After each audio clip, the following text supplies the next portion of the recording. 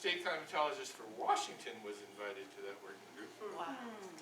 And he said something, and one of them was, there have been significant declines in snowpack in the Cascades over the period from 1950, thank you, to 1997, and that this trend was likely to continue. That's what Phil Mote said. So I decided to take a look. And so here's Roaring River. This is snow measurement station up in the Cascades, east of Salem at about 5,000 feet. And here's 1950 to 1970. And I made this chart. I plotted myself for the best fit line, and sure enough, there is a decline from 1950 to 1997. And I calculate a loss of 43%. So maybe they're right. Except, they did the study in 2005, and they cut this off in 1997. I thought, why didn't they just go through 2005, or at least 2004? Because you get the snow data pretty quickly. And, wait a minute, Roaring River, that goes back to the 20s. But this is cut off in 1950. And so I wondered, what happens if you look at all the data? You remember what Paul Harvey used to say? Now I'm going to tell you the rest of the story. If you look at the rest of the story, there's the 43% loss, 1950, 1970. If you look at all the data, there is no change at all. Because after 1997, we had about a very snowy 10 years. And prior to 1950, there was a lot less snow. I didn't even put a best fit line on here because there is no trend at all. And it's true of other places. I looked at a bunch of places. You gotta trust me on this. I'm gonna skip through these. But snowfall is not declining here over that period, over the period record. In North America, it's actually going up. This is North American snow cover year by year. It's actually going up a little bit. Not significantly, but it's certainly not declining. And at the same time, carbon dioxide continues to go up. So if CO2 is really causing warming, it's not showing up in the snowfall data. So my summary is there's a cyclical trend and no significant long-term decrease in snowpack. So you can rest easy on that one too. I know some of you have been staying awake late at night worrying about the snowpack. Sure. Let that one go. Okay. There's other stuff we can worry about.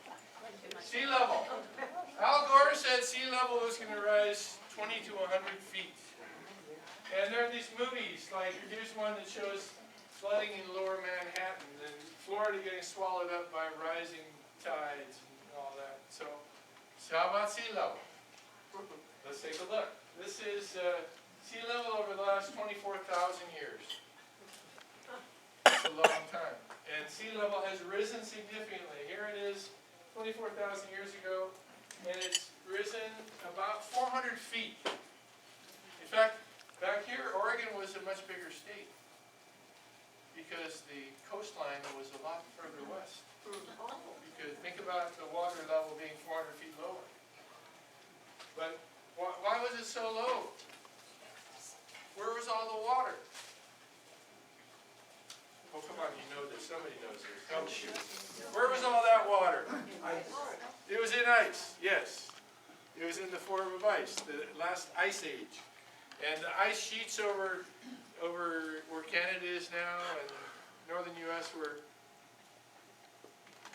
really big.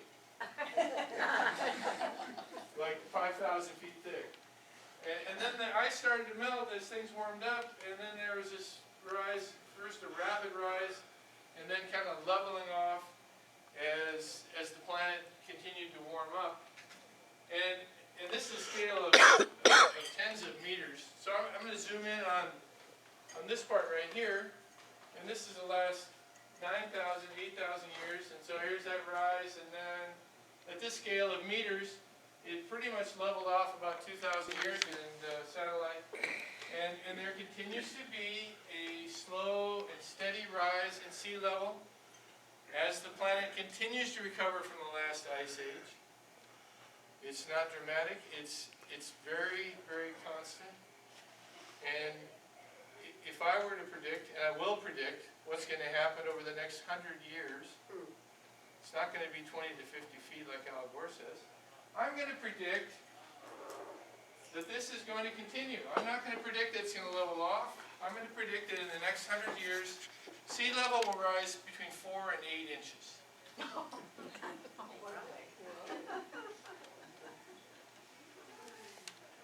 And how significant is that? Well, if you own land on the Oregon coast that's very close to sea level, this would probably be a good time to sell it and buy something a little farther inland. That's my economic advice for the day. But if 4 to 6 inches doesn't bother you, then I would say probably okay. Okay. How are we doing for time? 12:31. Okay. I'm still here. I've still got things to say, and I just want to make sure I had time to speak. I'll say whatever I can. Anyway, the major cause of climate change, here it is, bottom line. What causes climate to change? It's the ocean, especially the tropical Pacific.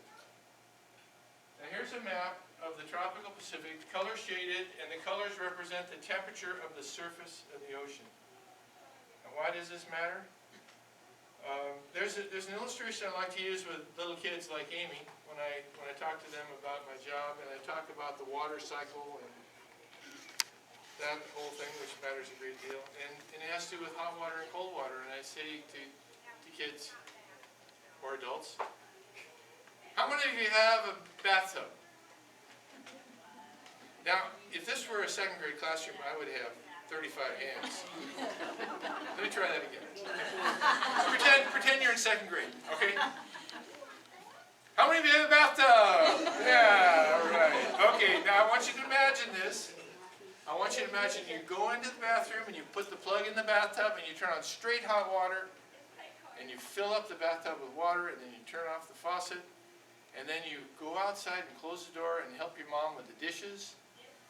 And 10 minutes later you come in and you open the door and you look into the bathroom. What does it look like in there?